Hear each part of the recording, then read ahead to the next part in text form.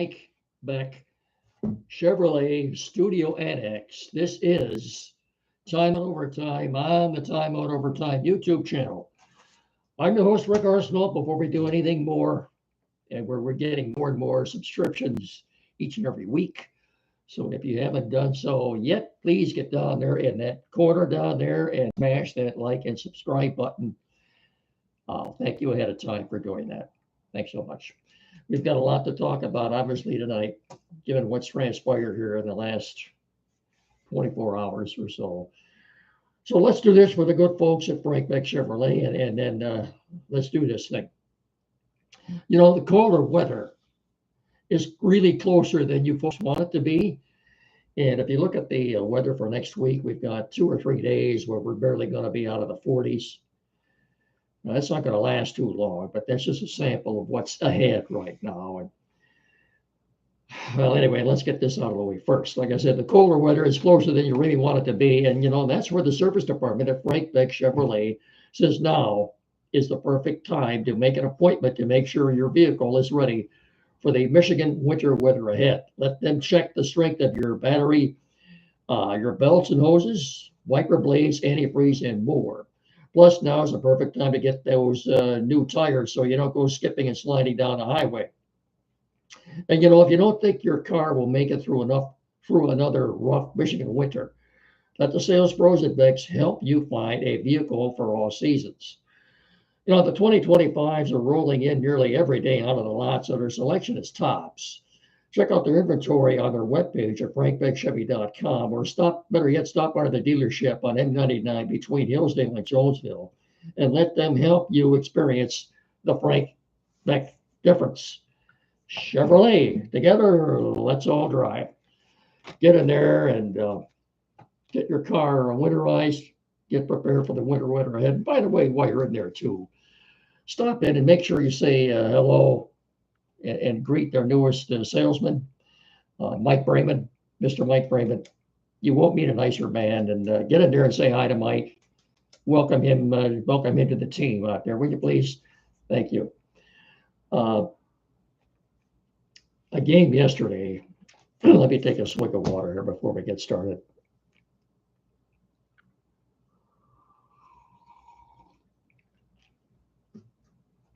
And bring Miguel Cabrera in here to join us.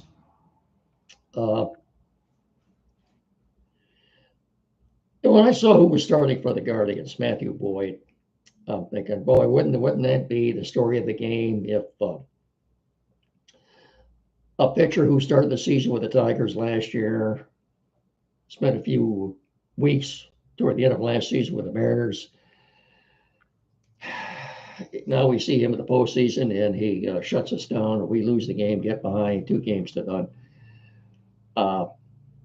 You know, people are comparing Carpenter's home run in the 9th inning yesterday to Manglio's home run in the 2006 ALCS against the A's. I don't think it's that big. I mean, that home run literally put the Tigers into the World Series. All this did was even the series up at 2 games apiece, and this is the American League Divisional Series. Manglio hit that home run off of A's closer Houston Street, who was a very good closer at the time.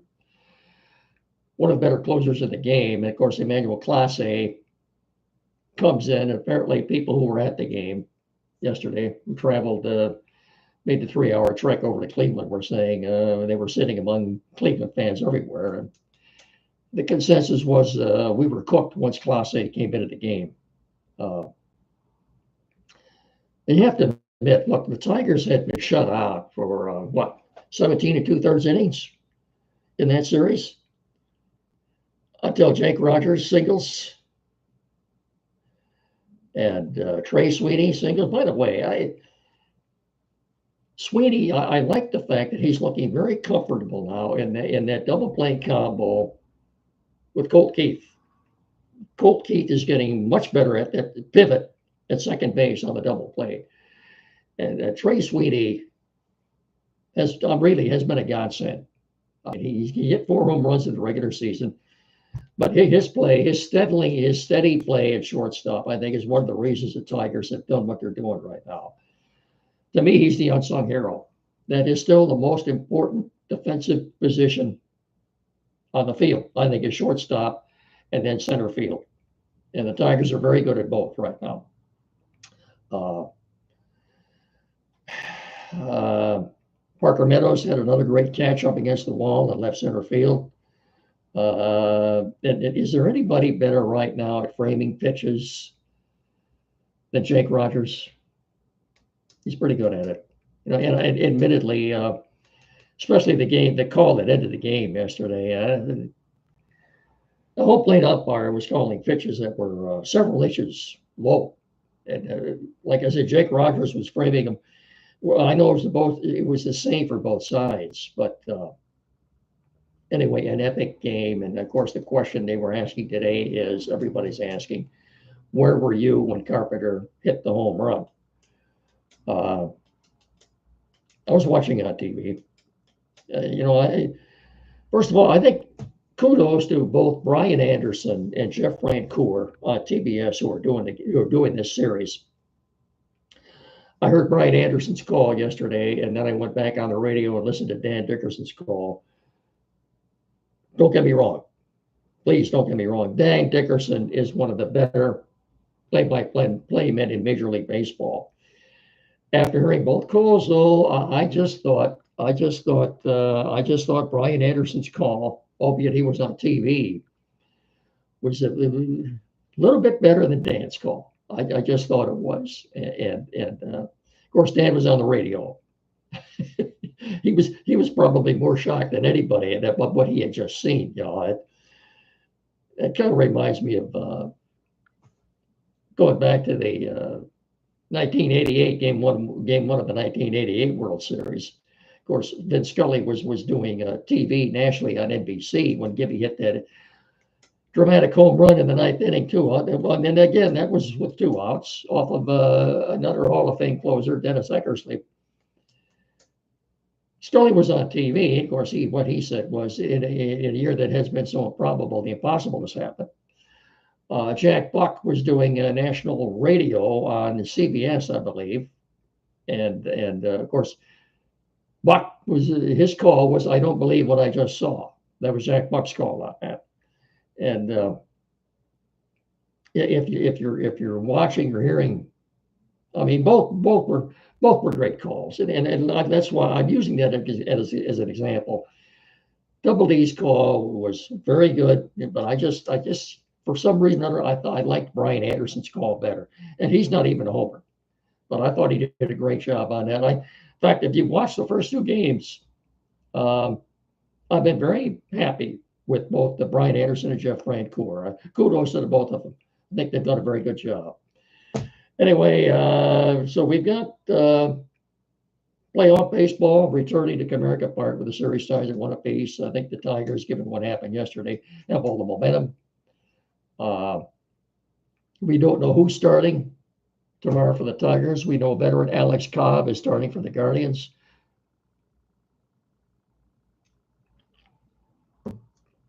With the starting time at 3:08, again on TBS, 6:08 Thursday night on TNT. TBS tomorrow night, Thursday night on TNT. And if you haven't heard, anyone who was planning on going to the Red Wings home opener Thursday night against Pittsburgh, the time on that, for obvious reasons, has been changed. They moved it up. I'm sorry, they moved it back now. Or up, whichever way you want to look at it. It's not 7 o'clock anymore. It's been moved up to about 8:15. That's what I'm hearing, in order for obvious reasons. Downtown Thursday night, especially if the Tigers clinch, their starting time, like I said, is 6:08. Let's say the game is over with at 9 o'clock.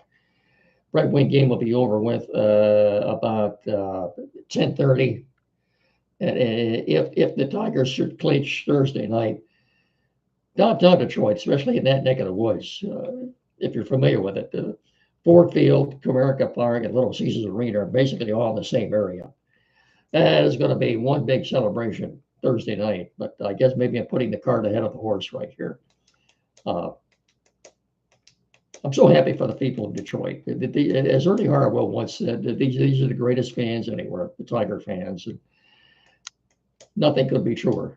And Ernie's probably looking down and smiling at what's going on right now. But Tigers, they've got the best pitcher in the world right now with Tarek Skubal. Who, by the way, that's another thing. He started out, I think, striking out 5 of the first 6 batters, ended up striking out 8. The Guardians don't strike out much, but he had them. I mean, a couple of those double plays, like I said, that Sweeney to Keith to Torkelson. Good. I mean, it doesn't get any better than that. That's the only time he was in any trouble.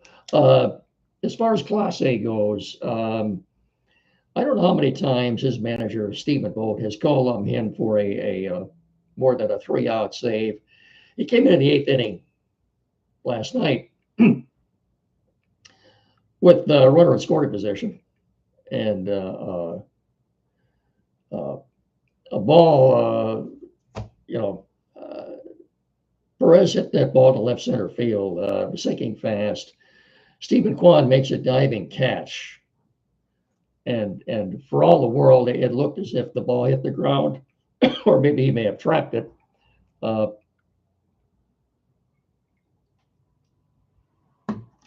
But it was called initially. It was on the field. It was ruled out. Okay, so New York went in and looked at it. Look, if it's ruling out, there has to be clear and undecisive evidence to overturn the call. Apparently, they didn't see it up there, but maybe my eyes were deceived. Maybe it hit something. It definitely hit something before it settled in his glove. Now, did it hit the tip or fingers of his glove? I didn't. I'd have to go in and look at it again. It looked for all the world, though. If you ask me, again, I don't know if they have zoom in what they do in New York, but anyway, did they make the right call? We'll never know. But we're just thankful that it was a moot point, given what transpired the next inning. But as AJ Hinch said in his post-game press conference last night, yeah, Carpenter hit the home run, but they get to him. Jake Rogers had to get on. Trey Sweeney had to get on. And again, to me, Sweeney is the unsung hero of the postseason, and even the end of the season. Number 27.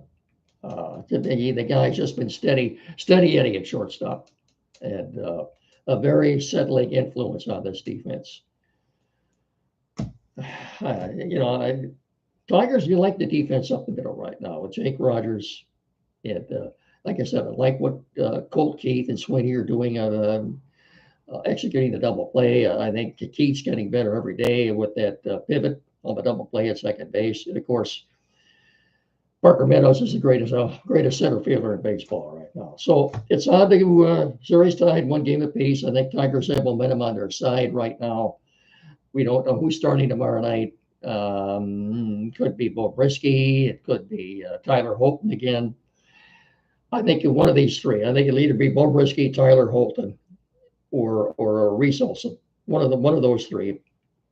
Olson, he made one bad pitch, his first pitch the other day, Saturday. He settled down and gave them 5 pretty clean innings after that. So what surprised me to see Hitch come back with him to start that game tomorrow. And let's hope, boy, pardon me.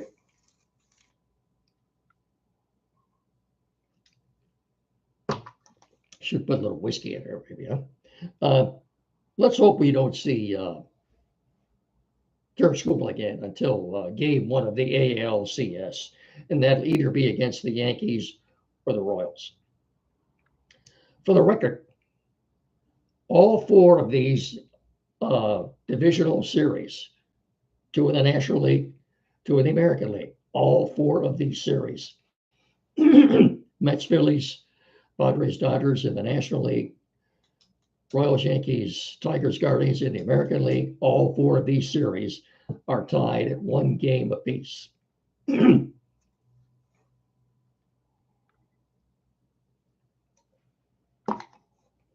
this is the first time we have seen this in more than 3 decades.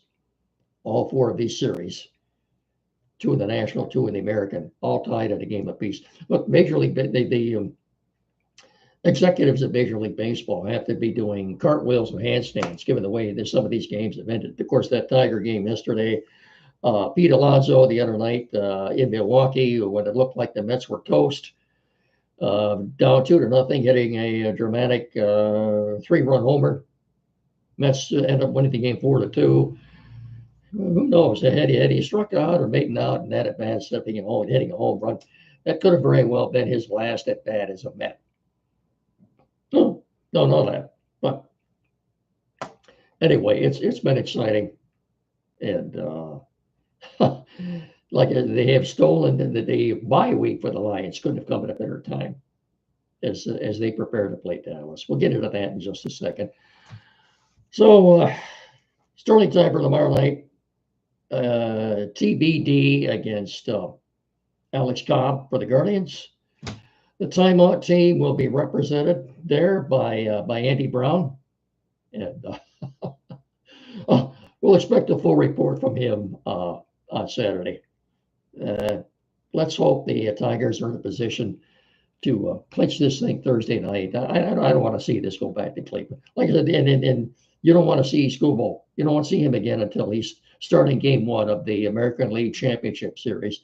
And that'll either be in Yankee Stadium or Kauffman Stadium, one of those two venues. So exciting stuff. Is there anything better than playoff baseball in October for the dramatics? You couldn't have written a script any better than this in Hollywood. You really couldn't have, folks. Tigers really don't have any stars. They've got one course in Derek Skubal. Other than that, of course, Riley Green was an all-star, but he's not a superstar. Kerry Carpenter, has an OPS combined. Now, if you look at his regular season with his postseason stats, he's got an OPS over 900. I don't think there's any doubt he's their best hitter. He just happens to feast on right-handers more than he does left-handers. And who knows, if he and Riley Green hadn't got hurt in the middle part of the season, maybe they wouldn't have been in the predicament that they were. But the fact that they were the best team in baseball the last couple of months, and the Minnesota Twins did a complete meltdown, swan dive, whatever you want to call it. They got in. Just get in, baby. Just get in. Anything can happen. Like I think I think the guys in Vegas do have the Tigers favored, slightly favored now to win the series. Doesn't mean it will, but if they can somehow win tomorrow night, that crowd, Rockets crowd, that's Sterling time Thursday at 6:08. Like I said, if she should happen to clinch Thursday night, what's it going to be like in downtown Detroit by the time people getting on the Red Wing game against Pittsburgh? I'm sure it'll be fun, a lot of fun, but I don't know. That's a little bit the blood pressure right now. I don't know. I'm getting a little bit too old for this kind of stuff. I don't know if I can take it anymore. And as far as comparing this again one last time, as far as is this the most important? Well, it'll go down, I suppose, in Tiger history, along with Maglio's home run, Kirk Gibson's home run in the 8th inning of the '84 World Series off of Goose Gossage. I still think Maglio's home run that put them in the World Series, literally. All this did was even the series. But look, it's who he hit it off. Look, let me say one more thing too here. Emmanuel Clase. This was the first home run that he's given up since August 30th. He'd only given up 3 home runs all year, and this was the first time in his career he has relinquished a 3-run homer. But he had to come in. Stephen Vogt brought him into the 8th inning to get the final out, and we'll never know whether he really did or not, because I'm still not convinced that was the catch. So he goes back and sits in the dugout before he has to come back on and pitch again. Now, granted, he did get the first 2 outs. And what's this going to do to Clase's psyche for the rest of the game? Now, if you saw the Guardian dugout after, of course, the Tiger dugout was in a state of euphoria after the home run. The Indian dugout was just the opposite. That looked like they were shocked disbelief What's this going to do to the Indians? We'll find out just how resilient they are tomorrow. It's going to be a complete circus at Comerica Park tomorrow. All day. It'll be an all-day event. So, let's do this, and then talk a little bit about Michigan and Michigan State and the Lions. Wrap it up. I think we spent enough time on the Tigers right now, but for good reason. Put in a good word for a good man who, without his help and assistance, I wouldn't be doing this podcast right now. That's Tim Lindley, of course, at Quality PC in downtown Hillsdale at 37 Waldron Street, a couple hundred feet west of Howell Street, for all your technical needs, repair, services, sales, or whatever. This is the place in Hillsdale County or in this all of southern Michigan to go. Tim Lindley, Quality PC, 37 Waldron Street, downtown Hillsdale. Whatever the issue is, computers, new or used, maybe the computer you have now needs a little work done on it. Flat screen TVs, mounting, programming, setup, internet installation, printers, new or used, anything at all, get in there and see Tim. Nicest man you'll ever want to meet. 37 Waldron Street, downtown Hillsdale, 517-610-5372. Or like I said, better still get in there and see him at 37 Waldron Street. And when you do, tell him me, Mickey sent you, will you please? Thank you. Quickly, Michigan loses to Washington Saturday night. They're 4-2 now. They got behind early. Jerome Moore yanked his quarterback, Alex Orgy. Enter Jake Tuttle. He looked pretty good. He brought him back. And Orgy's, by the way, is 25 or 26 years old right now. I remember when he played back in Indiana. Anyway, he's has some injury issues. He looked pretty good until that dreaded fourth quarter with the game tied at 17. He was running with the ball, got hit, fumbled the ball. I think if you're watching the game, you know the story. Gave Washington a short field. They could take it in and score, and then Michigan got the ball right back. He gets picked off, and that was pretty much the game after that. Sharon Moore said this morning on his podcast with John Jansen, he's already told Jack Tuttle, he will be the starter from here going on. Okay, fine. In his words, he said, Tuttle gives us the best chance to win, and he probably does right now. Michigan is on a bye this week, just as Michigan State is. Their next game will be October the 19th at Illinois. I'm sure they will be underdogs for that game.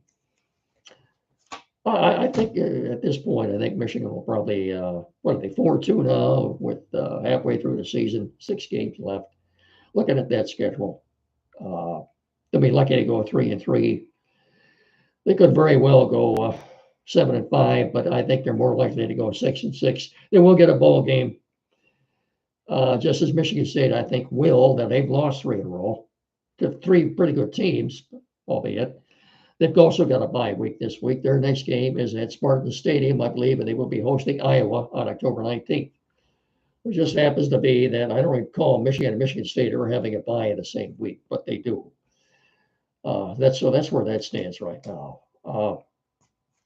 Lions, Dan Campbell at his press conference yesterday, as they go back to work in earnest, if you will. They go back and work in earnest tomorrow in preparation for the game against the Cowboys in Dallas. It's a 4:25 start Sunday. As it stands right now, they're 3-point favorites. Cowboys somehow managed to beat Pittsburgh the other night, scoring in the last few seconds to win the game. What was it? 20-17, I believe. And by the way, are you getting a little sick and tired of anytime the Cowboys do something good, we have to see Jerry Jones yucking it up in his suite? Why don't they show him when things when the Cowboys do something bad or get behind or they lose? Why don't we see Jerry Jones then? I'd much rather see Taylor Swift up there celebrating than I would Jerry Jones. Let's put it that way. Anyway, Lions Sunday 425. Right now, as it stands, as 3-point favorites. I think they'll win. I'll give you a score yet, or we'll talk about that probably on Saturday more. Red Wings, as I said, preparing for Thursday night, their home opener, season opener against the Pittsburgh Penguins. Good luck to them. I expect them to make the playoffs this year. The Pistons in an exhibition game, was it Sunday night? I don't know how much stock you can put in these preseason games. Beat the Bucks, was it 120-86? They're playing at the Breslin Center tonight in another exhibition game. Bickerstaff doesn't have far to go. No way to go for him but up. One more thing, too. I don't want to, before I forget anything, before I sign off here, hits and misses. Did I miss anything? As you may or may not have heard, Robert Saleh was fired this morning by the New York Jets after going 2-3 so far this year. I think Saleh got a raw deal. Look, he's an excellent defensive coordinator. I fully expect him to, probably not this year, but next year, he'll be back with somebody as their defensive coordinator. Robert Saleh is a good coach. He's from the Detroit area. He's from Dearborn. In fact, if Aaron Glenn would happen to get a head coaching job next year, I would have no problem bringing Robert Saleh in as the Lions' new defensive coordinator next year. But I'm sorry to see that. I think he got a raw deal in New York. I think the beginning and the end with him started when they brought in Aaron Rodgers. By the way, I want to understand, I want to call your attention too. Prior to last night's game in Cleveland, when leading after 6 innings, the Guardians are 72-2. That's how good their bullpen has been. Yeah, we don't forget too, we had the upset of Vanderbilt beating Alabama. Was that a hangover on the Crimson Tide part from dominating Georgia the week before? Anyway, they're not the number one team in the nation anymore. Texas is again. You know, with the NIL and the transfer portal, NCAA football, Division I is pretty much like the NFL now. Nothing surprises me anymore. 49ers are 2-3. Who would have thought they would lose at home to the Cardinals? If anyone right now deserves to get fired, maybe it's the head coach of the 49ers. That's who would have thought that? And again, Jaden Daniels looks very good for the Washington Commanders. This is unbelievable what this kid is. He's already got the offensive rookie of the year wrapped up. Jaden Daniels and the Commanders. I think they've scored every game so far this year when they got the ball. I don't know if their punters had to punt once at all this year. That's how good they've been on offense. And they're not bad on defense either. I think they're going to win that division. They have not played the Cowboys or the Eagles yet, I don't think. Looking at the NFC North, Vikings still undefeated, 5-0. I thought that game in London Sunday they should have lost, and they would have if Aaron Rodgers hadn't been picked off for a pick six.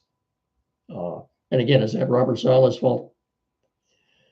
Yeah, maybe the Jets should have won the game, but I don't think you put that on Robert Saleh. Anyway, Vikings 5-0, Lions 3-1, Packers 3-2, and the Bears are 3-2. The Bears have an easy schedule in the first half of the season, but their second half of their season is much tougher. Granted, Caleb Williams is looking more comfortable in that offense, but the Bear defense has been very good. I'm not going to take anything away from Bear defense. That's a good defense. Lions won't see them until Thanksgiving Day. Anyway, that's going to wrap it up. I probably went over tonight, but we had so much that we had to talk about. Don't forget, Saturday morning, we'll have a lot to talk about with Andy and Jed on Time Out with Andy from 9 to 10 here locally on WCSR 92.1 FM. And I will talk to you Thursday if the Tigers clinch, if they have a chance to clinch Thursday. That's a 6 o'clock start. I will not come on until after the game, and that probably be about late, quite late Thursday, be about 9 or 10 o'clock. If they do happen to clinch, obviously we'll have a lot to talk about then. So there you go. I think you've got all caught up with everything here. Don't forget, like I said, the Time Out Show with Eddie Jed, Saturday from 9 to 10. And I will talk to you again on Thursday. Until then, remember, treat each other with respect. Go get them, Tigers. So long, everybody.